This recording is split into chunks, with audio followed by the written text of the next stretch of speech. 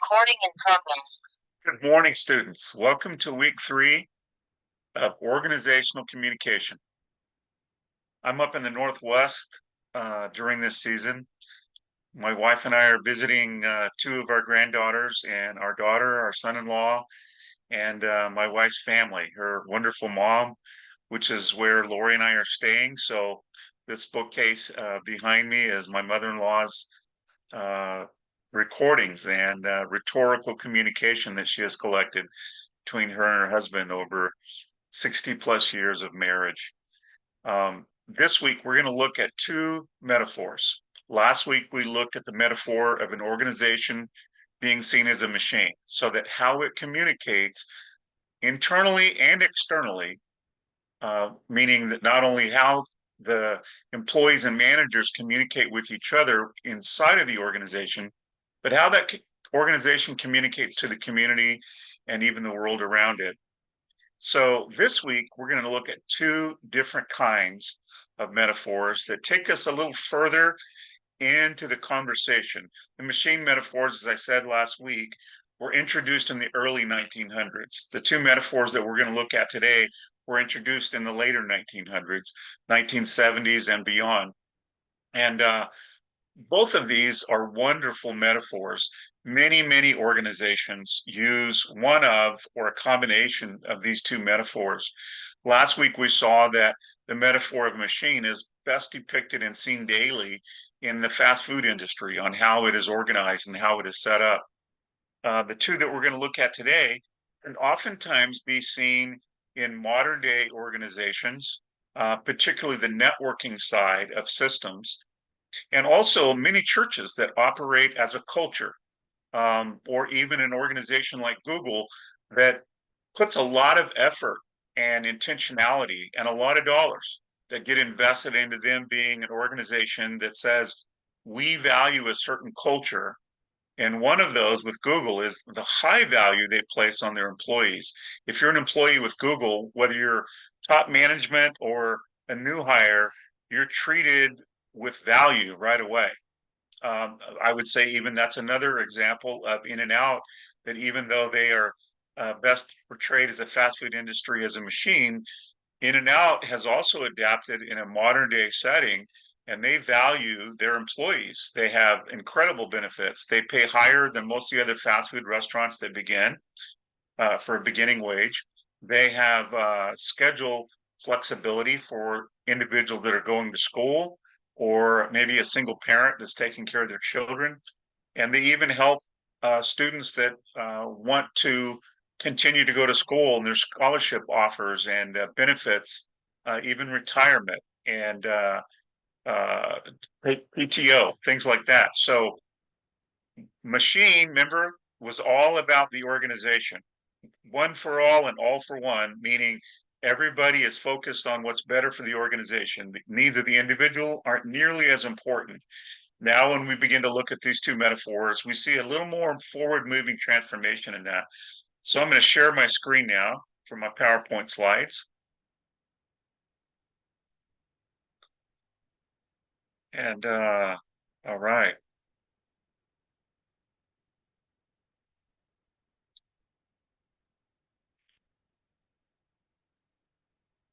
Okay. All right, here we go. So we're looking at 2, as I said, we're looking at systems and cultures. So we're going to tackle systems first. A systems metaphor is,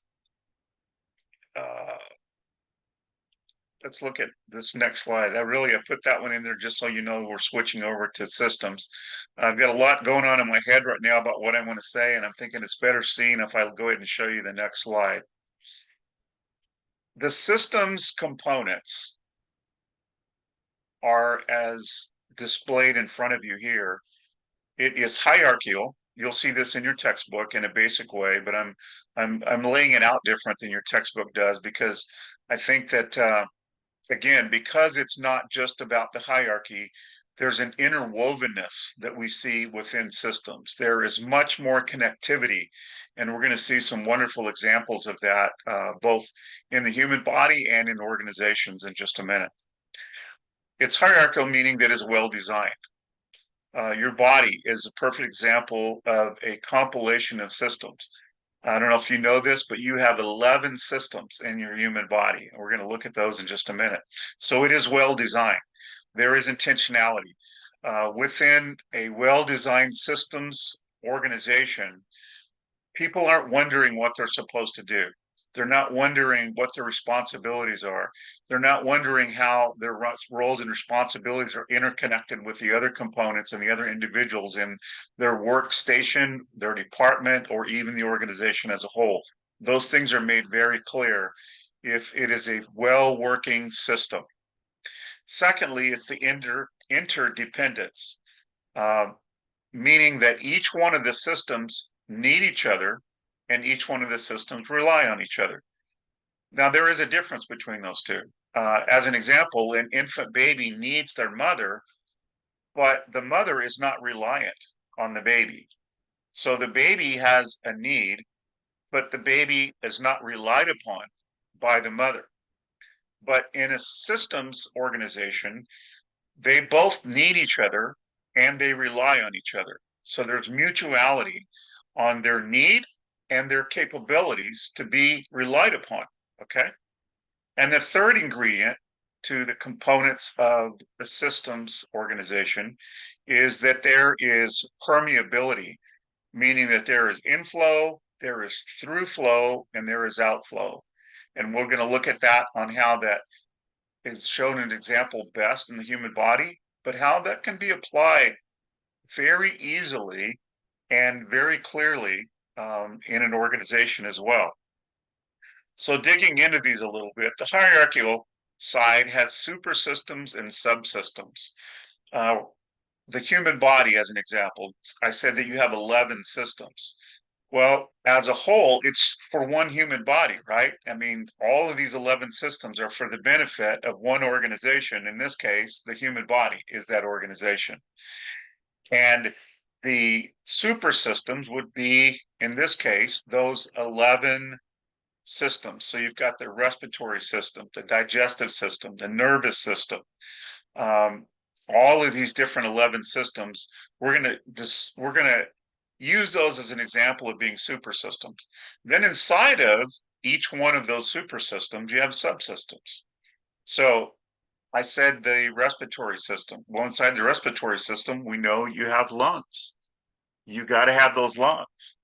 But the lungs are not the only component in the respiratory system. There is uh, the reality that it is connected to your esophagus, your breathing passageways, all the other things that help you intake oxygen, as an example.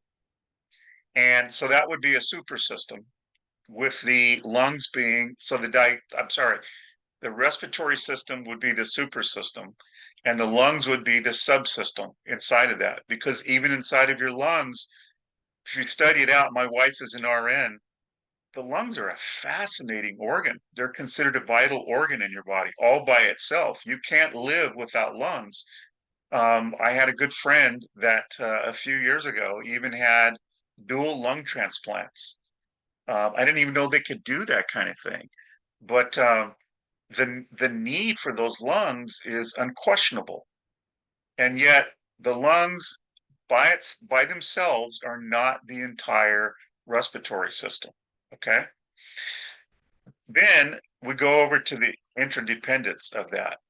And the interdependence, I'm going to look at three different components here.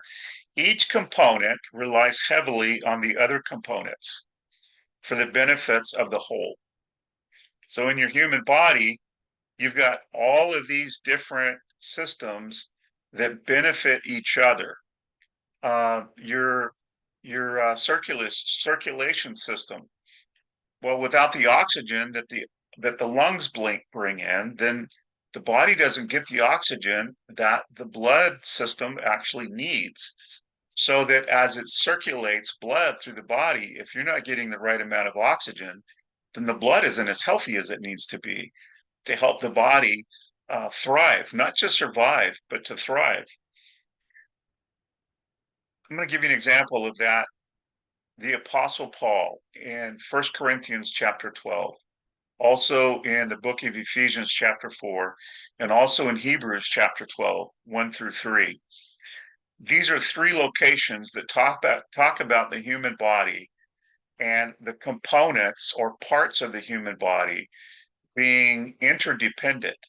Remember last week we looked at the machine and the parts are just simply replaceable. People get told, hey, there's 50 people that would like your job. If you don't want to do it, I'll bring somebody else in and they can start doing your job tomorrow. It's not even going to slow the machine down at all. Well, it's different in a system. Yeah, you can have a body part replaced, but it takes major surgery and it takes major recovery. It's not ideal.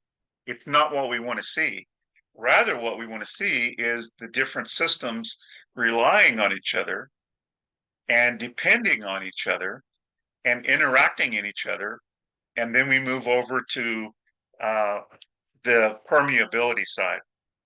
In the human body, if one part of the body or the organization is suffering, and this is stated clearly in 1 Corinthians chapter 12, if one part of the human body is suffering, it says all the other parts suffer with it. That's the way it's supposed to be. We're supposed to be more valuable than simply being a replaceable part, right? So as leaders within your organizations, it's really important that you make sure that the people within your organization, that even though they might play a part, help them understand that they play a valuable part rather than an easy replaceable part.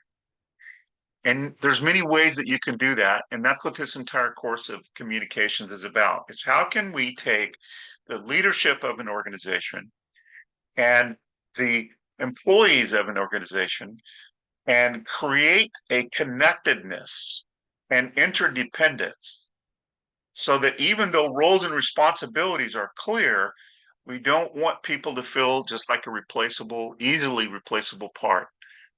And that means that we've got to have strong communication. And that's where we get over to the permeability, the inflow, the through flow, and the outflow, meaning that there is feedback happening throughout these various systems. Okay.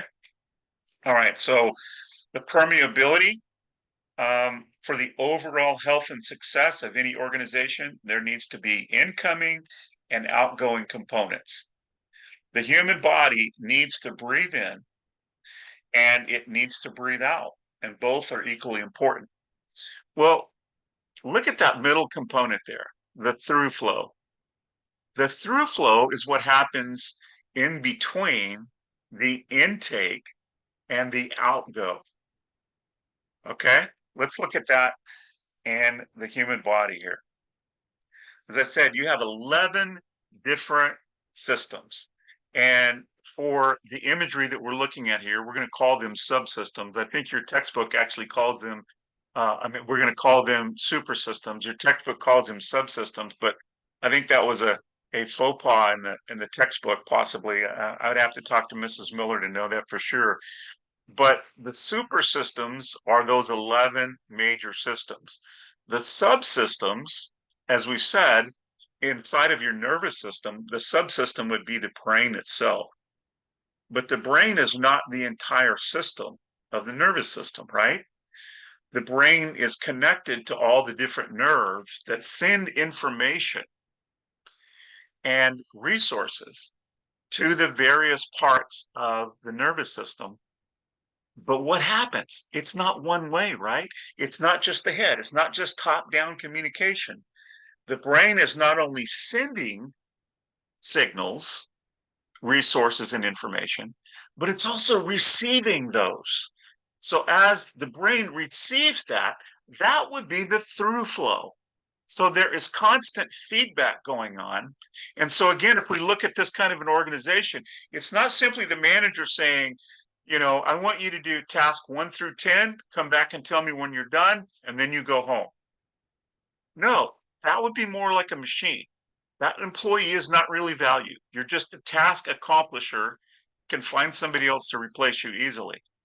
But in a systems approach to an organization, what we're saying is, as you do your job, Betty, or Bobby, throughout this day, this week, and this month, and throughout this calendar year, come back and let me know what's working well.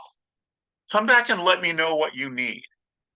This is where the value of having a staff meeting that doesn't just involve just the managers, but the people that are actually doing the job many times are the most knowledgeable about what is needed within the organization in order to make it the most effective and efficient. Okay. That's where the through flow happens. Okay. You bring in the information or the resources or the income, and then the transformation happens while the through flow is taking place. All right. And then there's the outgo. So in the lungs case, we bring in that oxygen, right? As we bring it in, the entire body benefits from that oxygen. They say that your brain doesn't function well if you're not getting enough oxygen. But they also say that your blood isn't healthy if you don't get enough oxygen. They say that you can get really fatigued in your muscles, or your legs and your back and your arms, your neck. They're all getting incredibly tired if we're not getting the right amount of oxygen. My wife has a little thing because she's a nurse. She has this little thing. I forget what the name of it is. It's a little thing to me. She has a specific name for it. But I can put my finger in there, and she often will if one of us has a severe cold or we think we're getting the flu or something, and she'll put it in there and it'll clamp on our finger. And then in a matter of a few seconds, it'll tell us what our oxygen level is in our body. Well, what's she doing? She's telling us that that little machine is telling us that if you don't have your oxygen level up in the high 90s in the percentage wise, you want it to be 100 or close to it. Then when it starts dropping into the low 90s or even into the high 80s, your whole body's in danger. It can cause a shutdown in your kidneys. It can cause you to have severe brain fog. It can cause you to your respiratory system could cause your lungs then to move into pneumonia. There's a number of complications that can happen if we're not breathing in the right amount of oxygen. So it's not as simple as just saying Billy or Susie does job A, reports to supervisor B, and goes home at the end of the day. There is an interconnectedness where people matter within a systems organization. Okay, so each within a system, within the human body, let's look at this example again. Each system has its own unique roles and its own responsibilities. So that's the hierarchical side. Your foot isn't wondering whether or not only whether or not it's important, but it's not wondering whether or not it's supposed to try to do the things that your right hand can do, right? Your lungs aren't saying, man, if I could only be the eyes, right? Each part of your body knows its role. It's well designed. I think athletics is one of the best examples we can give of an organization. When it's draft time in football, basketball, baseball, hockey, whatever it might be, when the draft comes around, a player is picked to be on that team that has a certain set of skills, and they're hired to be on that team to play a specific role.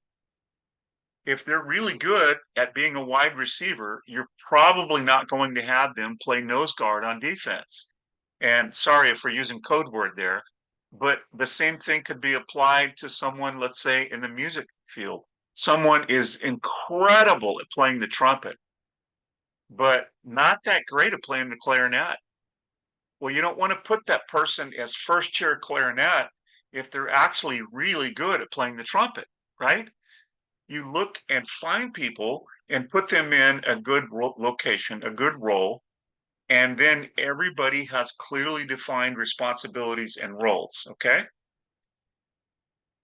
Each system in your human body is reliant on the other systems. Each super system is designed with subsystems within it. And each system, here's the key, is just as vital, okay? Very much unlike the machine metaphor. Each system and each component in that system is just as vital as all the other parts. That's again why Paul said, when one part of the body suffers, all parts of the body suffers. He also says that your more modest parts of your body aren't any less important than the parts that you show to everyone else. Every part matters, and every part has equal value within the human body system. And isn't it wonderful that human body is also the metaphor that Jesus used for his organization, the church, the kingdom of heaven? And he says very clearly that you can't say to another part of his body, because he's the head, that one of the parts of the body doesn't matter. Very, very different, you see, than having machine metaphor when it comes to how we value people as leaders within our organizations, because that's what you're going to school for. You're not going to school to be an entry level employee. You're going to school for you to be a leader within an organization. So you're going to be thinking of ways that you can strategically apply these principles to have success in the communication aspects of your organization. All right. And all of the systems, as we said, combine with one purpose in mind, or a unified purpose, I should say, to bring health to the entire body as a whole. Just like the human body, the same can be true for any organization. So let's look at the processes of organizations as systems. You've got the input. There's an exchange, right? So we talked about it. There's an exchange coming into the body. Well, it would be also the exchange of coming into an organization. So I'm going to use the combination of the human body and the organization. Okay. And so for each one of these three components, I'm going to use the example of the body and an organization for each section. The input is the incoming exchange. Okay, so you'll notice that input and output are both an exchange. Lungs, breathe in, exchange. Lungs, breathe out, exchange. The feedback is what's going on in the through part. Let's look at the in part. This is the income exchange portion. In a permeable manner, meaning that it is in, through, and out, the resources come into the organization, just like the human body. This input is seen as exchange of information and resources. And the resources could be in an organization, could be the income that it's bringing in, the actual dollar amount that's being brought into the organization. It could be the supplies that are being brought into the organization. The resources could be new employees coming into the organization, new experts. It could be a new facility, all the types of things that could come in. New equipment that is needed. You need new laptops because the other ones go down. You got to bring in new equipment, right? So that's the income portion, the intake. In the body, that can be depicted in the lungs, as we've been talking about. Let's look at the organizational side. And I love that your textbook uses a hospital because it matches with the human body portion of it. The hospital intakes new patients, right? And then it also needs to take in new supplies. Think about how many just throwaway disposable gloves are used in a hospital in just one day. But now think about those adding up to a week, a month, or a year. Mightn't there be more than one supply resource center that they use in case for some reason that company goes through difficult times, or they close, or their supplier isn't bringing the equipment that they need in order for them to get the gloves made? That's an important aspect. What about masks? Just the necessity for hospitals to have the constant supply of masks, not only for people coming in to visit families, but also for their own staff. Those are just two components. What about the cafeteria in a hospital? all the intake of resources that is coming in every single day. Well, we can also describe that as being the income that's coming in. So you have new patients, you have new supplies coming in, and you have income coming in from the hospital. If it doesn't have the income, it's not going to stay in business. It's not going to operate. Okay, now let's look at the throughput. The throughput is basically two forms of feedback, and they're both important to create transformation of some kind. Okay, as we talked about the breathing in of the lungs, let's go into this. The transformation of some kinds happens as the new resources come in through the various systems. Okay, the cafeteria, that's one system in a hospital. So you've got resources coming in there, right? The financial department has resources coming in over there. The ER has new resources coming in over there. And those would be, unfortunately, the form of people that are in some form of pain and in need of help in some way. What about the surgical department? You have new patients coming in there. You have all the supplies that they need in order for them to operate. New doctors or staying current with the doctoral staff, the nurses, the MAs, the techs that are going to operate all of the different machines, the MRI machines, the X-ray machines, all of those different things that are necessary. The custodial system in a hospital, and that whole process. Okay. In the human body, the throughput is the oxygen as it comes in, as we talked about, is distributed from the lungs to the entire body so that all the systems, all 11 systems in your body benefit when there's an intake of oxygen. Even though it's one system that brings it in, the rest of the systems and the organization as a whole benefits. Let's look at that from the organizational side. The patient in the hospital gets the care that they need, whether they're in there for a day or they're in there for a week or longer. They're getting the care in all the multifaceted ways that they're cared for within a hospital.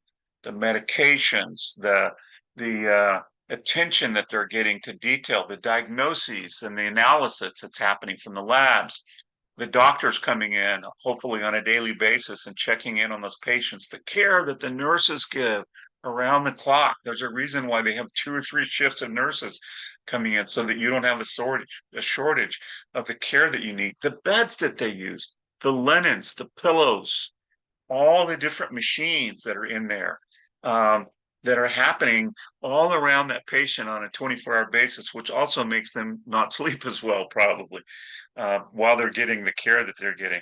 Now let's go to the organizational side. The patient in the hospital gets the care they need, and as well as the entire hospital benefits from the income from that patient's insurance company. And hopefully that patient has it. So throughput must include feedback. And you're going to learn more as you continue to go through school, if you haven't already, about double loop learning as opposed to single loop learning. Double loop learning is very important because it means that not only do we run it through one time to see if there's anything we can improve from, but there is a cyclical attitude about continuing to bring feedback. So again, think about that circulation system within your human body. It doesn't run the blood through one time and say, okay, we ran it through, it's fine. No, it continues to circulate it. All right. So the first type of feedback, and your textbook covers this, but I want to make note of it. Negative feedback doesn't mean that it's negative. But my wife, as a nurse, says negative is the right word to use here because you've got negative and positive pulses. You've got polarities going on inside of the human body all the time. So what do you think, Jesus, when he created negative and positive, when it comes to our human bodies, the negative didn't mean bad and the positive means good. There's a healthy tension there of interaction that is going on. There's a healthy tension of interaction. So the negative feedback really brings the checks and balances to make sure that the best practices that we might have already learned. So when nurses come in and they're going to work in the ER, in the emergency room, new employees that come in as new nurses, they're taught the best practices of this is the best way to take care of a wound or a burn of some kind. These are the procedures. These are the policies that we go through. And it's not confusing about who's in what role, right? You've got the people that are standing there as the MAs or the administrators that are working at the desk at the ER. They may or may not be nurses. Then you've got the nurses that are back there working with the patients. You've got the doctors that take on a different role. You've got the custodial team. Nobody is saying, hey, do you want me to take on your role or you take on my role? Unless they are the people that are working in the same horizontal types of roles, where you do want to have healthy capacity to work as a team and have exchange there. But everybody, the janitor isn't wondering whether or not they're supposed to do the IV on the next patient, right? Nor is the doctor thinking about that. We know that that is going to be an MA or that's going to be a nurse that's going to be taking care of that type of procedure. You see what I'm saying? So there is a need for there to be order and understanding of roles and responsibilities. And what we're doing when we're addressing the negative feedback, we're addressing the weaknesses and the threats. So if we see a weak link, we see something happening that maybe we need to improve on that. I noticed that the last few weeks, such and such has been taking place, and we got to improve that. I'm going to use an example of running a hospital in the wintertime in really cold parts of the country. When they get to the winter, they have to make sure those doors are closed, right? They can't wonder whether or not their automatic door system is working well, because it's going to cause all kinds of problems if that really cold air starts streaming through the entryway to the hospital, to rooms, especially in the ER where you have people that are already in a lot of pain. They don't need to be in pain from the cold as well. And so there needs to be a constant negative feedback of saying, hey, we've got a weakness here. These doors aren't working well. Okay. That would be an example of negative feedback where we're correcting a problem, okay, to prevent it from becoming worse. Positive feedback means that we're actually promoting further development. So in that case, we're addressing the strengths and the opportunities that we have as an organization.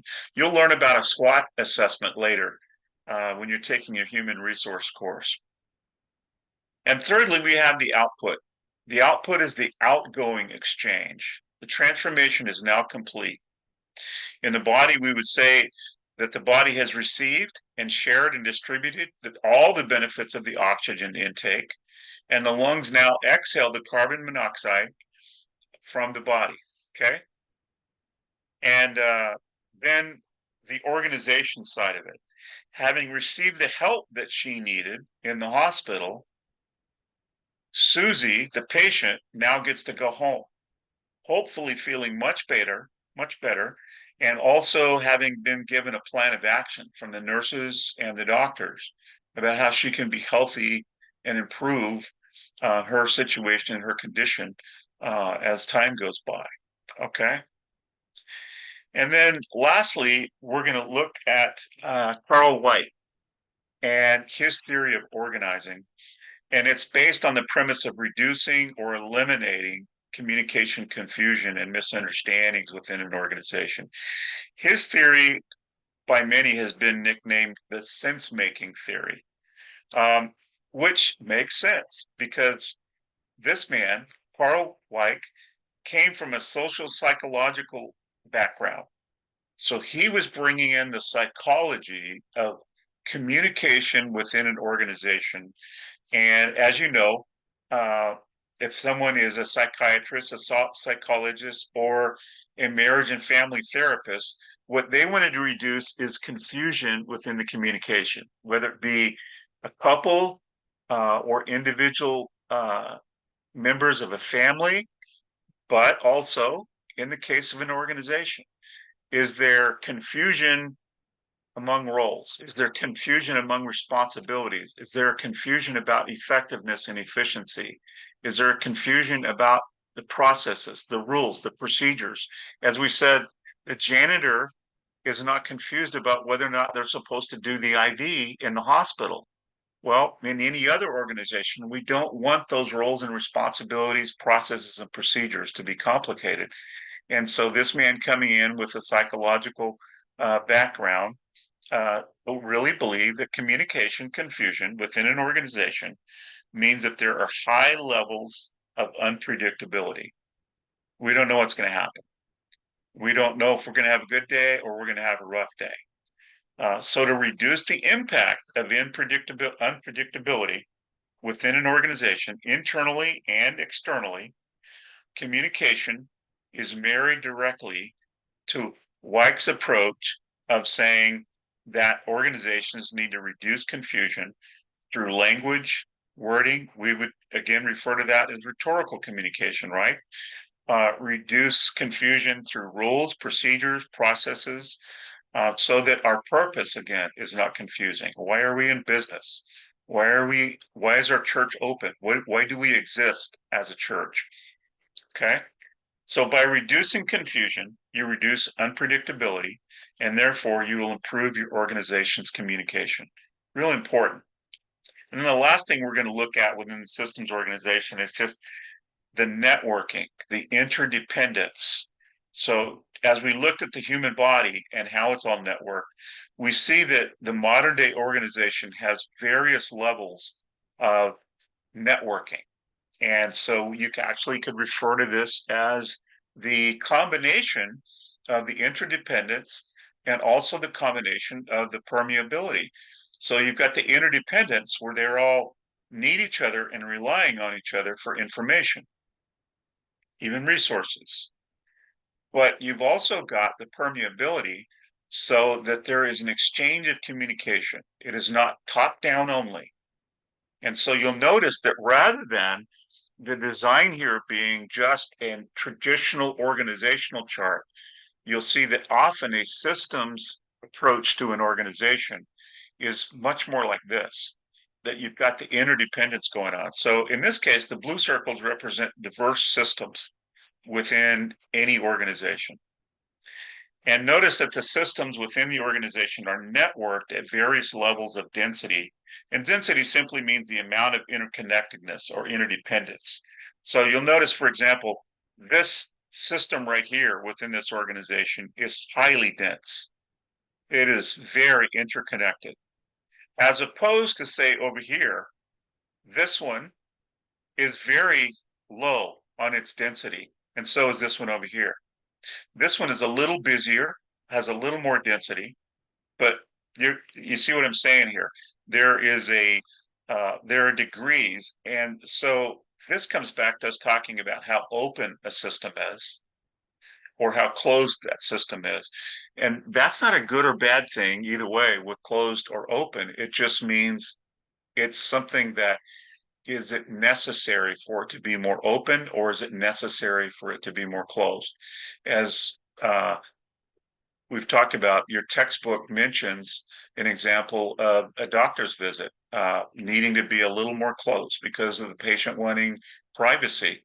Uh, if they're going to need to disrobe at any level in order for the checkup to take place, for them to get their health results checked out by the doctor, you don't want that to happen in the lobby, right? Okay. All right. So now let's move over to culture metaphor of organizations. And we're going to define it. A really good textbook that I used when I was going to school, when I was studying for my degree in strategic leadership for my graduate degree. This was one of the textbooks we were given. And your author, Catherine Miller, in this class actually refers to this author, Gareth Morgan, and particularly his writings. And this is a fascinating book that shows you not just the types of organizational design that you're seeing in this textbook, but there are a number of other metaphors that are used to describe successful organizations. It's pretty fascinating when you look at the group of them. So pick this book up if this is the type of field that you want to move into.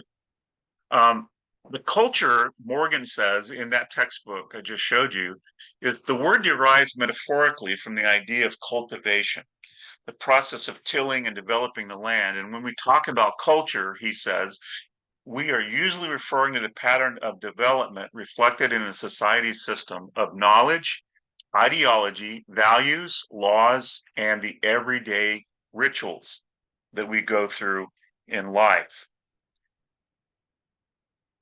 Now let's go down and break this down a little bit more. You also need to be fully aware of a well-known thinker when it comes to understanding culture. You can't talk about organizational culture without talking about Edgar Schein. Your textbook does mention him, but briefly. Edgar Schein proposed three primary components. And Edgar Schein was a very bright individual. Early 90s is when you're going to see a lot of his writing was taking place. The early 1990s, I should say.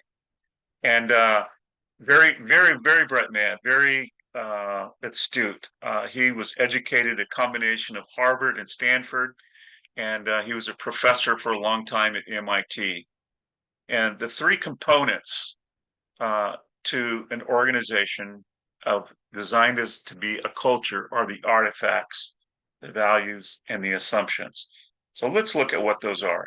The artifacts are an organization's capacity to show its unique characteristics that distinguish it from other organizations. So I mentioned that Google has a strong culture. Google provides childcare services at the actual campuses where employees work. So if somebody is a single parent, who wouldn't want to work for Google if you're a single parent and you know that you don't have to go hire or find childcare or wonder if they're going to show up or not? If you work for Google, you go to work there and childcare is provided for you. It's part of what they want to do to make sure that they're valuing their employees, because you know what they believe? They believe two primary things about this. They're not the only things that they believe, but one of them is that if we provide childcare for you, you're not going to want to leave working for Google because you're going to have a hard time finding another culture at another organization that provides childcare for you at the actual campus that you come to, right? And so they also believe that that's going to create loyalty on your part. And by creating loyalty, they believe they're going to get the best of you, that they're going to get your best effort, that you're going to say, hey, since they're taking care of me, I'm not going to just do my job at the basic level. I'm going to give them my best because they're giving me theirs. So there is what's referred to as the psychological contract. You'll read more about that as you continue to go for your degree. Again, in your human resource management course, you're going to cover that. But the psychological contract is very important within an organization seeing itself as a prized culture. So In-N-Out and McDonald's would be another example of that. In-N-Out has one culture. McDonald's is going to have a different culture. I mentioned some of the benefits of working as an employee in In-N-Out, which intentionally creates a culture that says we're going to pay you more at In-N-Out to start out than you will at McDonald's. It's interesting that I've heard over the years that in the fast food industry, it's very seldom that someone will leave In-N-Out and then go to one of the other fast food uh, businesses to work. But you will often find employees leaving other fast food companies and wanting to hire on at In-N-Out. Why? In-N-Out's got a very strong culture. Another example would be, let's take a public school versus a private Christian school. Not saying one's better than the other. We don't know. It will really depend on how well it's operated. But I can tell you this, the culture of what is valued between a public school, particularly in the state of California, in the days that we live in now, as opposed to a private Christian school, their values on what they're going to teach, their beliefs, um, what they think are important for students to have, what they will consider to be safe, what they would consider to be non-negotiables are going to be very different. You're going to have very different cultures between those two organizations. And also, when you're looking at an organization as a culture, there is a very high reliance about the stories of heroes within that organization. Men and women that have promoted, or men and women that are being promoted because they have practiced the best practices that that organization promotes.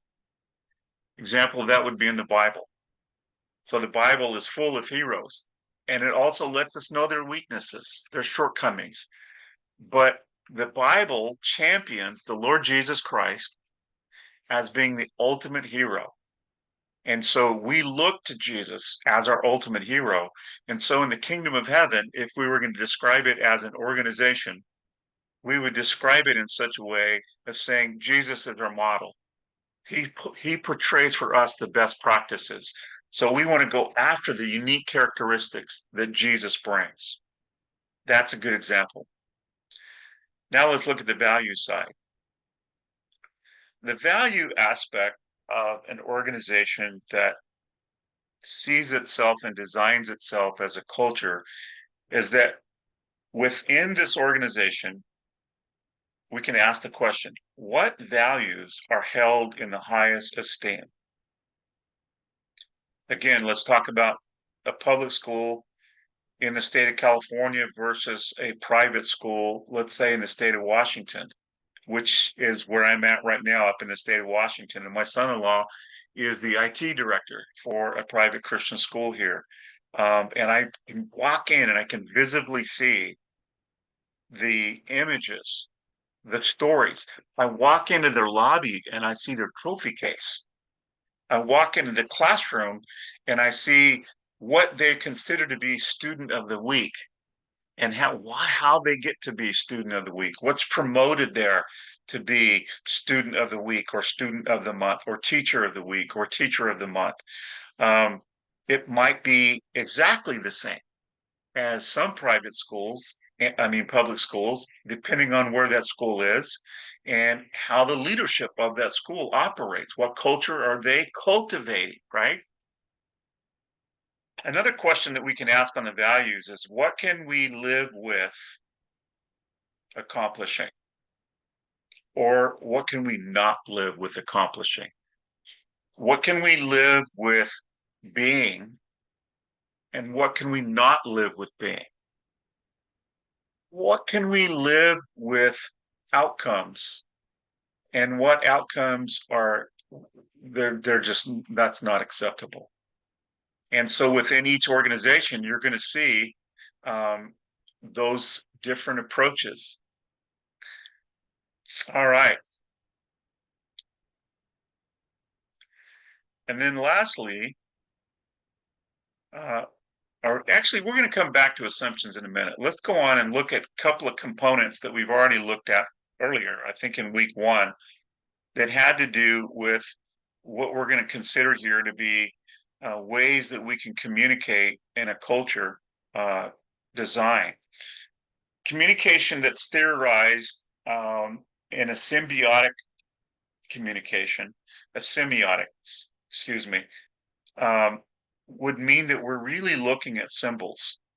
We're looking at ways that we can describe or portray the values, the vision, the goals, what's core to us. Again, what can we live with and what can we live without? What are the non-negotiables? What are the bottom lines that are musts or always or nevers for us as an organization?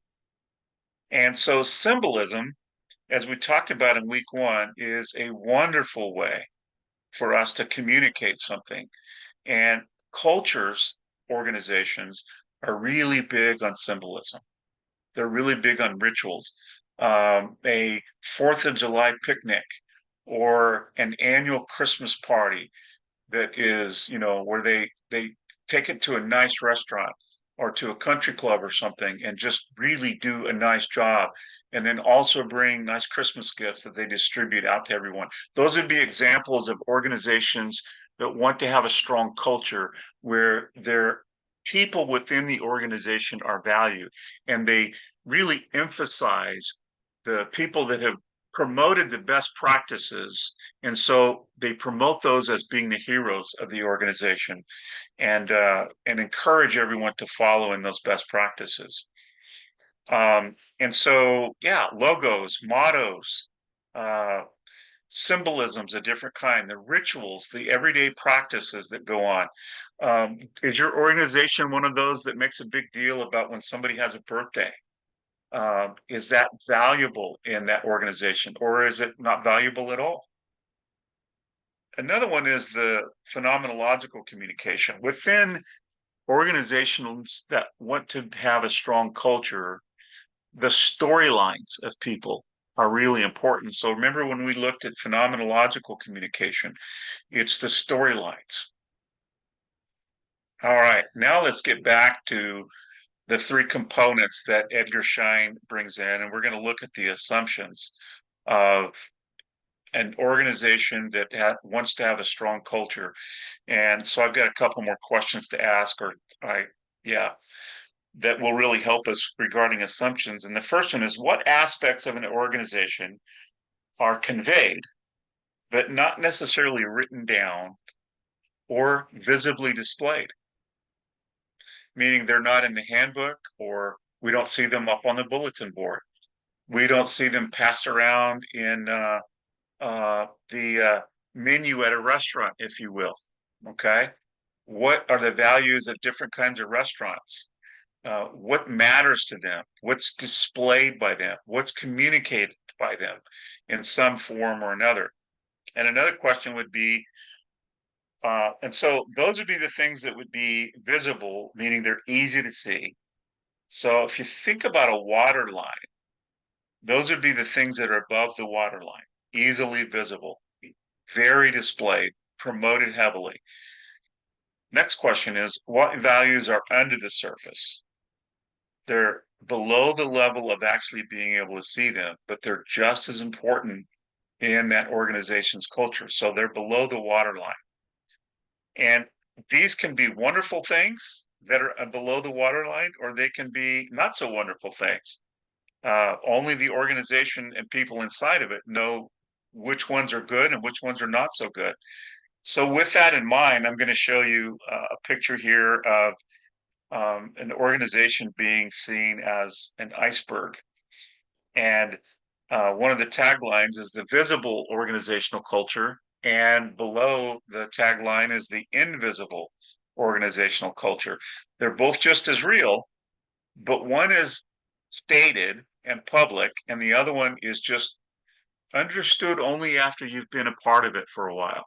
Which is why, think about it, when people come new into a church and they see us worship, and so they see us lift our hands, stand or kneel, or lay down on the carpet altogether, or they might see us dance, they might see us laugh, they might see us cry, they might see us sitting down at another part of the gathering where we're bringing our Bibles with us and reading them, or we're pulling our phones out. They're going to see an expression of music, of dance, of artistic work in some way or another that is being displayed. They're going to see the classroom for children and teenagers decorated, that shows different values that that organization wants to convey. Those are stated. But then there are the understated things that are also part of that organization that are under the surface. So below the surface can be people's perceptions. When they see everyone stand to worship, they might have the perception that if I don't stand, I don't know if I fit in here. Or they might have the perception that some or people in the church might have the perception is if you don't stand, you're not as serious about Jesus as I am, right? Those kind of perceptions can create confusion within an organization. Beliefs and faith, uh, especially in the culture that we live in now, can get incredibly confusing when we look at the variances of beliefs and the levels of faith and what we have faith in, what we have belief in nowadays. Another question to ask is, these are again below the surface understandings of an organization, is what does normal actually look like? I see what it's stated, but what does normal actually look like? Just think about growing up as a kid in the cafeteria, the stated menu, Monday through Friday, what we're having for lunch at school. But the actual understanding behind the surface is the kids know which of those meals are their favorites and which one of them, which ones they think are just nasty. Like maybe it's the macaroni and cheese at one school that is just fantastic, but their hamburger helper meal that happens on another day, that they all bring sack lunches that day, or they just don't eat lunch that day. The things that are understood underneath the surface, but the school is promoting it as saying we have this wonderful cafeteria menu every day, and the students there are going, yeah, there's some things on it, or maybe it's another school. I do know of a university that I have not talked to one student that I've been there and spoken a number of times and been on their campus that they don't like the cafeteria offerings because they have enough variety that is high quality. They don't offer a huge menu option, but what they do provide, they do a really good job of it. And the options that they have are apparently to the students enough. That would be an example.